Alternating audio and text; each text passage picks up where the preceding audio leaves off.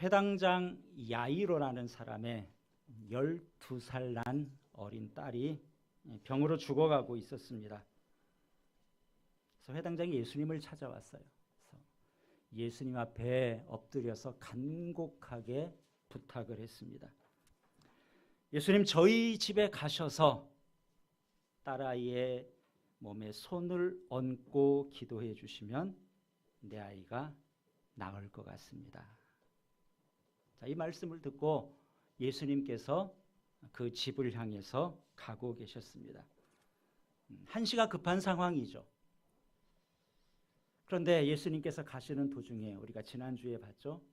12회를 혈루증을 앓던 여인이 예수님 옷가에 손을 대고 그 일로 인해서 잠시 지체하게 됐습니다. 그런데 그 사이에 아주 절박한 상황이 벌어졌어요. 그 딸이 죽은 거예요. 오늘 본문 35절은 이렇게 시작합니다. 아직 예수께서 말씀하실 때 회당장의 집에서 사람들이 와서 회당장에게 이르되 당신의 딸이 죽었나이다. 어찌하여 선생을 더 괴롭게 하나이까. 죽었습니다. 이제 예수님을 굳이 집까지 모시고 갈 필요가 없어졌습니다. 죽었으니까 다 끝났다는 말이에요. 사람이 죽으면 끝입니다. 다른 방법이 없어요. 죽었는데 다시 살아날 거다. 그렇게 기대하지를 않습니다. 중환자실에 누워 있으면 그래도 사람이 희망을 버리지 않아요. 다시 일어날 수 있겠지. 이렇게 기대를 하지만 의사가 와서 운명하셨습니다. 그리고 얼굴을 덮으면 그것으로 끝이라고 생각을 합니다. 그 한마디에 모든 희망을 다 내려놓는 것이죠. 그런데 예수님은 달랐어요. 딸이 죽었습니다. 그 이야기를 듣고도 예수님은 회당장의 집을 향하여 가던 걸음을 멈추지 않았습니다. 그리고 회당장에게 이렇게 말씀하시죠. 두려워하지 말고 믿기만 하라. 여러분, 뭘 믿으란 말인가요? 두려워하지 말고 믿기만 하라. 예수님의 죽음 이해는 사람들과 달랐어요. 사람들은 죽으면 끝이다 이렇게 생각했는데 예수님은 끝이라고 생각하지를 않았습니다. 예수님은 살릴 수 있는 능력이 있기 때문에 죽은 그 상황을 끝으로 여기지 않은 겁니다. 예수님 어떻게 생각하셨습니까? 죽은 것이 아니라 자는 것으로 여기신 거죠. 여러분, 오늘 본문 39절을 다시 보시기 바랍니다. 우리 39절 말씀을 다시 한번 같이 읽습니다. 들어가서 그들에게 이르시되 너희가 어찌하여 떠들며 우느냐? 이 아이가 죽은 것이 아니라 잔다 그랬습니다. 이런 본문의 이 장면을 한번 생각해 보세요. 예수님께서 회당장의 집에 들어갔더니 난리가 났어요. 사람들이 큰 소리로 통곡을 하면서 우는 겁니다. 당연한 장면이라고 할 수 있죠. 그렇잖아요. 아이가 죽었는데 어떻게 제정신이겠습니까? 통곡과 오열, 이것이 죽음을 직면한 사람들의 자연스러운 일반적인 모습이라고 할 수 있어요. 그런데 예수님께서는 그 상황을 보시고 뭐라 그래요? 어찌하여 떠들며 우느냐? 이 아이가 죽은 것이 아니라 잔다. 사람들이 보기엔 분명히 죽었어요. 죽은 거예요. 근데 예수님은 똑같은 상황을 보시고 아니다. 이건 죽은 게 아니라 자는 거다. 여러분, 죽은 것과 자는 것이 같은가요? 같은 점이 있어요. 뭐와 같습니까? 눈 감고 누워 있다는 것. 잠자는 사람도 눈 감고 누워 있고 죽은 사람도 눈 감고 누워 있습니다. 물론 심장이 뛰느냐 안 뛰느냐 그 차이가 있지만 눈 감고 누워 있다가 다시 일어나면 그건 잔 거예요. 못 일어나면 죽은 겁니다. 그래서 자는 것과 죽는 것이 좀 비슷한 점이 있어서 사람들이 이런 말을 합니다. 아침에 눈을 떴는데 그곳이 내가 익숙한 곳이면 잠을 잔 것이고 나에게 참 낯선 곳이면 죽은 거다. 그런 것 같습니까? 또 이런 말도 해요. 잠자리에 드는 것은 죽음을 연습하는 거다. 우리는 날마다 죽음을 연습하고 있다. 죽음을 연습한다고 하니까 별로 유쾌하지 않으실 겁니다. 잠자리에 드는 것이 죽음을 연습하는 것이라면 아침에 일어나는 것은 뭐라고 할 수 있겠어요? 부활을 연습하는 거다. 이렇게 말할 수 있죠. 자, 우리는 하루에 한 번씩 잠자리에 들고 남을 통해서 죽음과 부활을 묵상해 볼 수 있어요. 대부분의 사람들, 여러분도 마찬가지일 까 아침에 일어나는 것 참 힘들어요.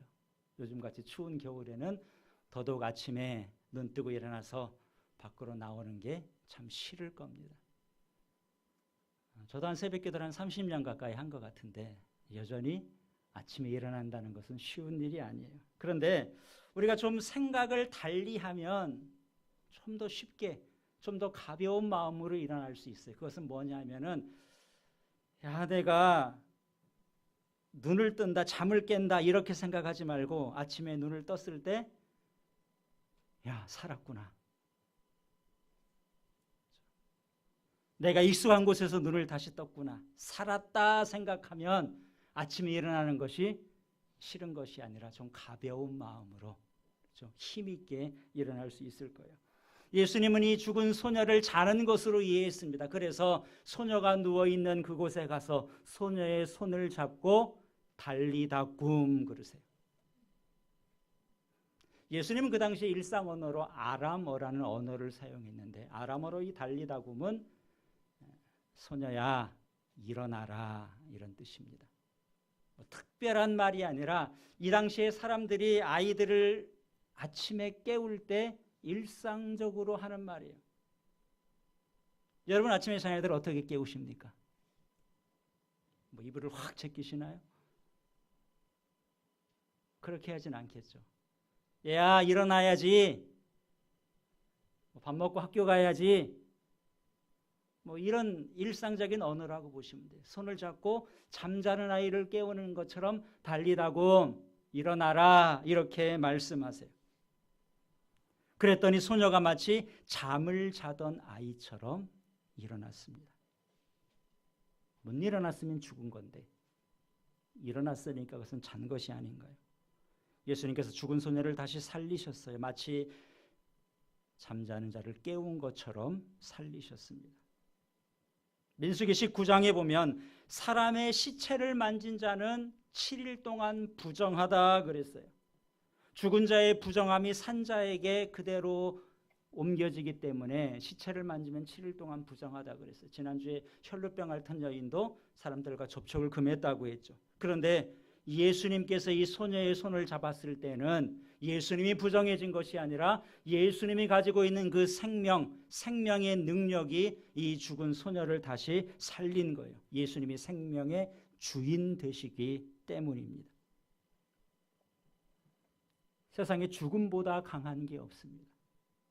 죽음 앞에서는 모두가 그걸로 끝이라고 생각하고 다 포기해요. 그래서 모든 사람들이 죽음을 두려워하고 있습니다. 그런데 예수님께서는 그 죽음 앞에서 두려워하지 말고 믿기만 하라. 말씀만 그렇게 하신 것이 아니라 실제로 살려주셨어요. 예수님이 이 땅에 오신 목적이 무엇인가? 히브리서 2장에서는 예수님이 이 땅에 오신 목적을 이렇게 분명히 밝히고 있습니다. 2장 14절에서 죽음을 통하여 죽음의 세력을 잡은 자 곧 마귀를 멸하시며 또 죽기를 무서워함으로 한평생 매여 종노릇하는 모든 자를 놓아주려 하심이라. 예수님이 오신 목적을 죽음 때문에 두려워하는 자들, 죽음에 매여서 종노릇하는 자를 놓아주려고 오셨다. 이렇게 성경은 분명히 예수님이 오신 목적을 가르쳐주고 있습니다. 요한복음 11장에 보면 예수님의 친구였던 나사로가 죽었습니다. 예수님이 그것을 알고 나사로의 집을 향해서 가고 계세요. 가시면서 예수님께서 요한복음 11장 11절에 이렇게 말씀합니다. 제 아들에게 우리 친구 나사로가 잠들었다. 내가 지금 깨우러 간다. 그렇게 이야기를 하세요. 그때 제 아들은 나사로가 죽었다는 것을 그때 모르고 있었어요. 그래서 참 이상한 거예요. 예수님이 왜 나사로를 깨우러 가실까? 뭐 어린애도 아니고 뭐 잠자고 알아서 일어나겠지. 이렇게 생각을 하게 되니까 예수님이 나사로를 깨우러 간다는 상황이 이해가 되질 않는 겁니다. 예수님이 그걸 아시고 제 아들에게 더 구체적으로 말씀하세요. 나사로가 죽었다 그래요. 예수님이 나사로의 동네에 도착했습니다. 그랬더니 이미 나사로가 죽은 지 나흘이 지나서 장사를 다 끝낸 상태예요. 유대인들의 장례법 대부분 그 바위 동굴 안에 그곳에 시체를 안치합니다. 그리고 그 동굴의 입구를 큰 돌로 막는 그런 장례를 해요.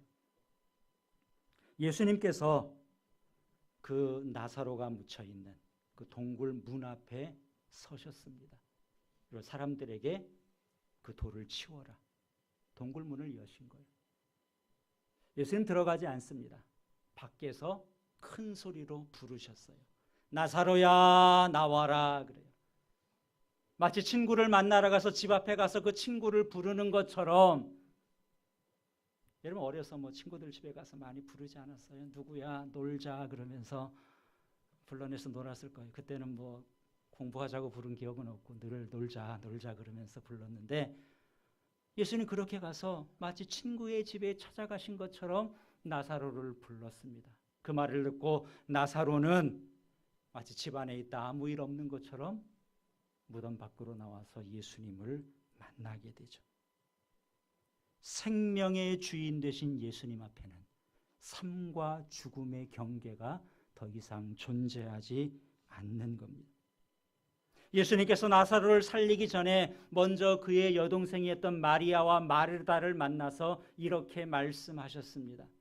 나는 부활이요 생명이니 나를 믿는 자는 죽어도 살겠고 무릇 살아서 나를 믿는 자는 영원히 죽지 아니하리니 이것을 내가 믿느냐 그랬어요. 내가 부활이고 생명이다. 나를 믿는 자는 죽더라도 다시 산다. 분명히 말씀하시고 죽은 나사로를 살리신 거예요. 죽어도 다시 산다면 굳이 그것을 죽은 거라고 말할 필요가 없죠. 자는 거다. 이렇게 말해도 틀리지 않습니다. 사람은 누구나 한 번은 죽음 앞에 서게 됩니다. 그때가 우리 인생의 가장 큰 믿음이 요구되는 순간이에요.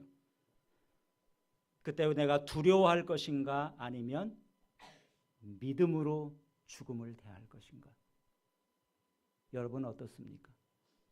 믿음으로 대할 준비가 다 되셨는지요? 우리 예수님도 직접 자신의 죽음을 직면하신 적이 있습니다. 십자가에서 그랬죠. 십자가에 달리신 예수님, 바로 죽음 앞에 서신 그 상황이에요. 예수님 십자가에서 어떻게 하셨을까요? 두려워하셨을까요? 아니면 믿음으로 대처하셨을까요? 너무나 쉬운 질문이죠. 십자가에 달린 예수님께서 십자가 위에서 하신 말씀, 7말씀이 지금 성경에 기록해서 우리에게 전해지는데 우리가 그것을 십자가상의 7원 이렇게 이야기를 하죠. 7말씀 가운데 제일 마지막 죽으시기 직전에 하신 말씀이 무엇인가요?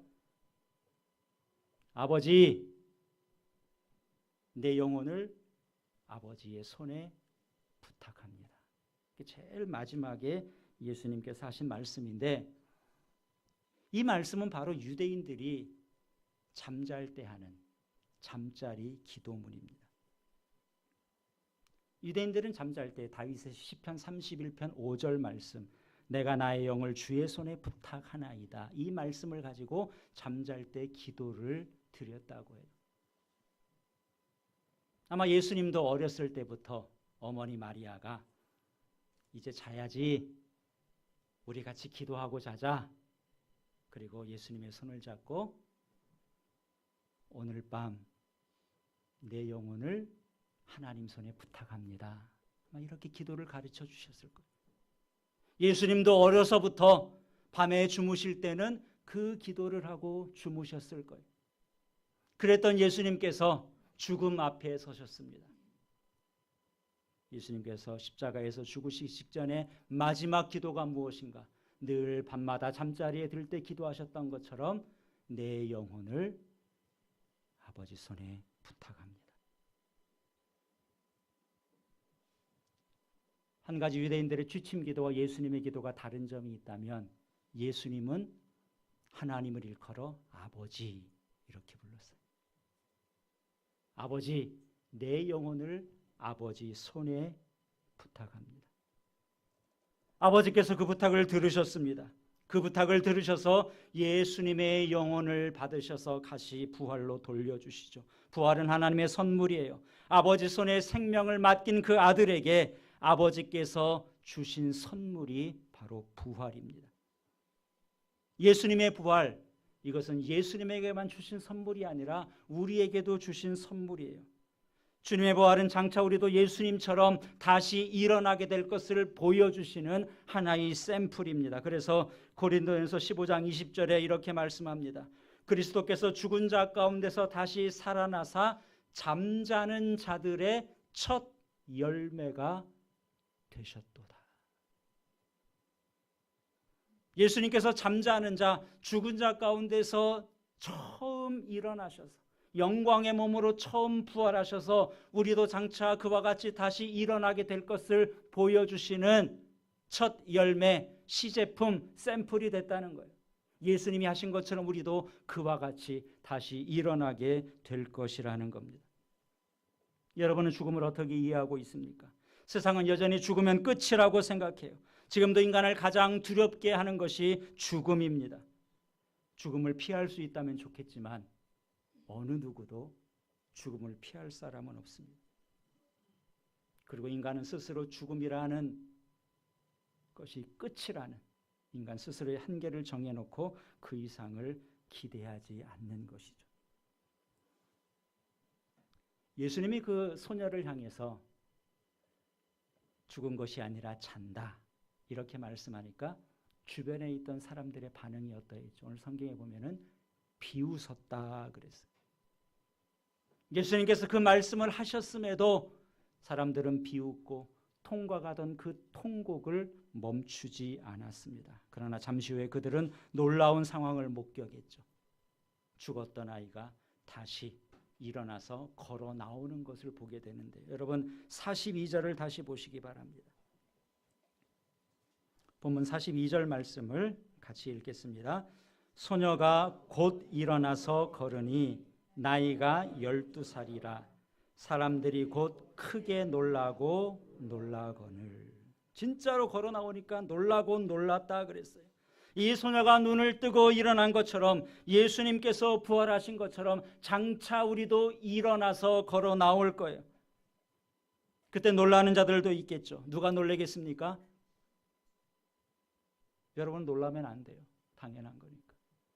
죽음을 끝이라고 생각한 사람들, 이제 다 끝났다고 생각한 사람들은 주님께서 우리를 일으키실 때 분명히 놀라게 될 것입니다. 요한계시록 2장 10절에 우리가 잘 아는 말씀이 있어요. 내가 죽도록 충성하라. 많이 들으신 말씀이죠. 무슨 뜻이겠습니까? 죽도록 충성하라. 우리가 뭐 그런 말들을 해요. 죽어라 공부해라. 죽으라 하면은 뭐 못할 게 뭐 있냐? 그때 죽도록 하라는 건 무슨 말이에요? 공부하다 죽으란 말 아니죠. 그만큼 열심히 하라고 강조하라는 뜻입니다. 그럼 죽도록 충성하라는 말은 무슨 뜻이겠어요? 죽도록 교회 일해라. 교회 봉사 죽도록 해야 된다. 강조하는 말이 아니에요. 물론 교회 봉사하는 것, 하나님의 일에 충성하는 것 귀한 일이죠. 여러분 아침 일찍 나오셔서 교사도 하시고 찬양대도 하시고 뭐 밥도 하시고 설거지도 하시고 봉사를 많이 합니다. 귀한 일이에요. 그렇다고 해서 죽으라고 하는 건 아닙니다. 내가 이렇게 열심히 봉사하다 죽을 것 같다. 그럼 좀 살살 하셔야 돼요. 죽을 만큼 그렇게 교회 봉사하고 그런 의미의 말씀이 아닙니다. 죽도록 충성하라는 말이 무슨 말이겠어요? 이 충성이라는 말, 피스티스라는 말인데요. 믿음이라는 말과 같은 단어, 상황에 따라서 충성으로 번역하기도 하고 믿음으로 번역을 하기도 합니다. 죽더라도 믿음을 지켜라. 죽음을 택할지언정 믿음을 포기해서는 안 된다. 이 말이 죽도록 충성하라, 죽도록 믿어라, 죽도록 믿음을 지키라는 뜻이에요. 요한계시록의 말씀이 쓰여지던 1세기 말의 상황, 로마 제국이 기독교를 핍박하던 시절입니다. 성도들에게 문제가 있었어요. 둘 중에 하나를 택해야 됐습니다. 황제를 신으로 섬길 것인가 아니면 살아계신 하나님만을 섬길 것인가, 둘 중에 하나를 선택해야 됐어요. 황제를 선택하면 목숨을 유지할 수 있습니다. 그러나 하나님을 택하면 죽음을 각오해야 돼요. 그 상황에서 내가 황제를 택할 것인가, 하나님을 택할 것인가, 믿음을 포기할 것인가, 죽도록 믿음을 지킬 것인가, 둘 중에 하나를 선택해야 됐습니다. 이 문제 앞에 죽도록 충성하라. 설령 육신의 목숨을 잃는다 할지라도 하나님만큼은, 믿음만큼은 붙잡아야 된다는 말씀이에요. 우리가 영화를 보면은요, 이 주인공은 잘 안 죽어요. 위기에 처해서 꼭 죽을 것 같은데, 막 시한폭탄이 찌깍찌깍하고 터질 것 같은데 꼭 몇 초 전에 멈춰요. 안 죽어요. 사형을 집행하려고 하는데 칼을 들고 내리치려는 순간 저쪽에서 누가 말을 타고 달려와요. 이런 일들을 통해서 주인공은 죽지 않고 이 극적으로 다시 살아난. 영화에서는 왜 그렇게 했어요? 주인공이 죽으면 끝이죠. 그렇잖아요. 주인공이 죽으면 거기서 끝이기 때문에 어쨌든 주인공을 살려놓는 거예요. 자, 그런데 로마 제국이 기독교를 박해할 때는 이런 영화 같은 일들이 일어나지 않았습니다. 성도들이 붙잡혀서 맹수의 밥이 돼서 죽어요. 화형을 당해서 성도들이 죽어요. 그러면 극적으로 하나님이 구해주시면 참 좋을 텐데 순교의 순간에 기적이 일어나지 않습니다. 이런 상황에서 요한계시록을 통해서 우리에게 주시는 말씀이 무엇입니까? 죽지는 마라. 그래도 충성하는 것도 좋지만 죽으면서까지 충성할 이유가 있느냐? 목숨은 지켜라. 그렇게 말씀하신 것이 아니라 내가 죽도록 충성하라 그랬어요. 죽음을 택하라는 거예요. 육신의 목숨을 택하는 것이 아니라 죽더라도 믿음을 지키라는 거죠. 왜 그렇습니까? 생명이 얼마나 중요한데 우리에게 그 생명을 포기하라고 하시나요? 이 문제에 대한 해답은 우리가 죽음이 무엇인지를 바로 알아야지만 비로소 풀릴 수 있습니다. 성도에게 있어서 죽음은 끝이 아니에요. 죽음은 자는 겁니다. 주님께서 손잡아 주시면 언제든지 우리가 다시 눈 뜨고 일어날 수 있는 거예요. 로마의 황제, 사람을 재울 수는 있습니다.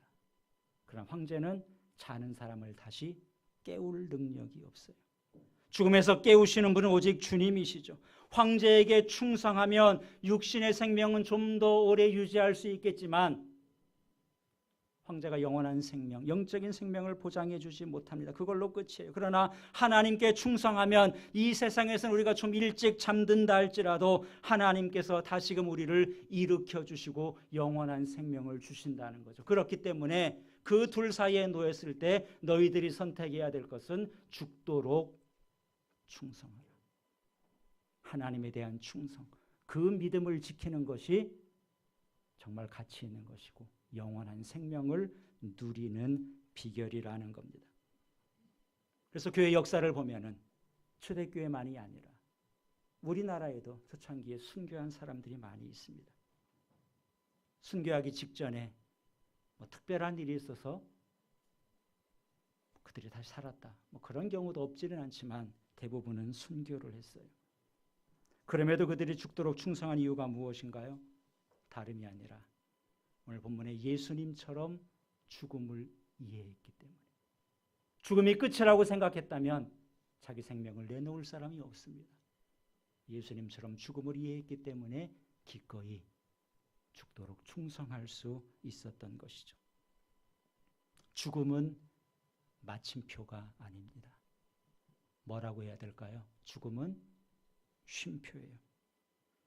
십자가에서 예수님, 아버지여 내 영혼을 아버지 손에 부탁하나이다.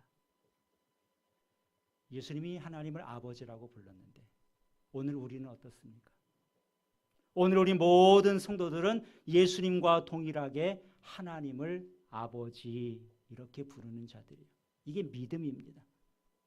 예수님을 통해서 예수님을 믿음으로 말미암아 하나님의 자녀가 됐고 우리도 하나님을 아버지라고 부르는 자들이에요. 여러분 이 믿음이 있지 않습니까? 주님께서 뭐라고 말씀하세요? 두려워하지 말고 믿기만 하라. 여러분 그 믿음을 가지시고 아버지 손에 부탁하십시오. 그러면 반드시 일으켜 주십니다. 야이로의 딸을 살리시고 예수님을 죽음에서 다시 부활하게 하신 하나님께서 우리도 우리의 영혼을 하나님께 맡길 때 우리도 반드시 살려주실 줄 믿습니다. 여러분 오늘부터 잠자리에 들 때마다 연습을 해보세요. 기도하고 주무시죠. 오늘부터는 아버지, 믿음으로 아버지라고 부르시고 내 영혼을 아버지 손에 부탁합니다. 아침에 눈을 뜨면 어떻게 해야 되겠어요? 감사합니다. 오늘도 살았습니다. 살려주셔서 감사합니다. 새 생명 주셔서 감사합니다.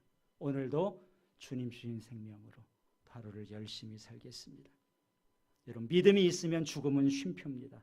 두려워하지 말고 믿음으로 사는 우리 모두가 될 수 있기를 우리 주님의 이름으로 축원합니다. 기도하겠습니다.